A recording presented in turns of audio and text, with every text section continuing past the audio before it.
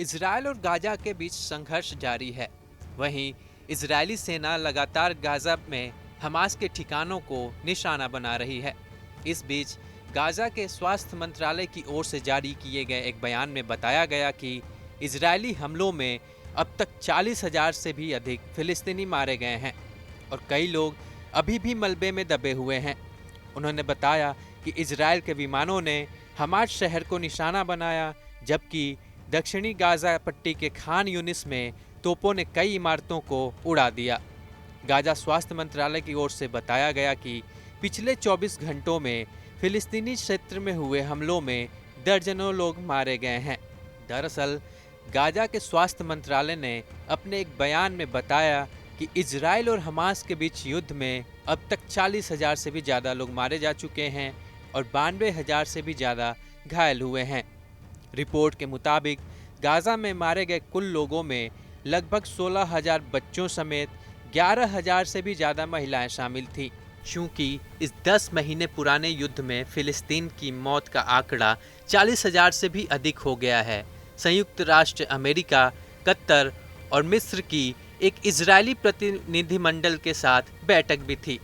वहीं एक फिलिस्तीनी अधिकारी ने कहा कि हमास गुरुवार की वार्ता में हिस्सा नहीं लेगा, लेकिन कतर में रहने वाले उसके वरिष्ठ अधिकारी किसी भी प्रस्ताव पर चर्चा करने के लिए तैयार हैं, जैसा कि वे पहले भी करते आ रहे हैं।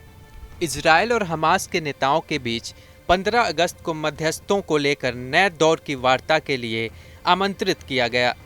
यह वार्ता 31 जुलाई 2024 को तेहरान में हमास नेता इस्माइल हनिया की हत्या के बाद ईरान और इजरायल के बीच बढ़ी दुश्मनी से बचने की कोशिश के तहत की गई है।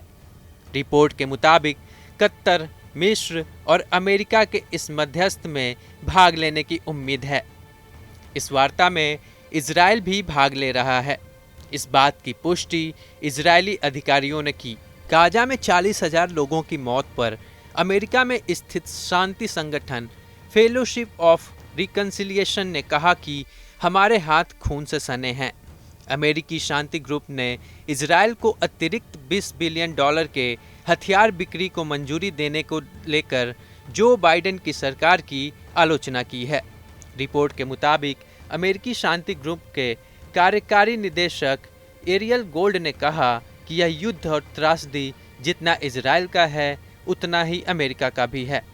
उन्होंने कहा कि दुनिया भर में हमारे हाथ खून से सने हैं।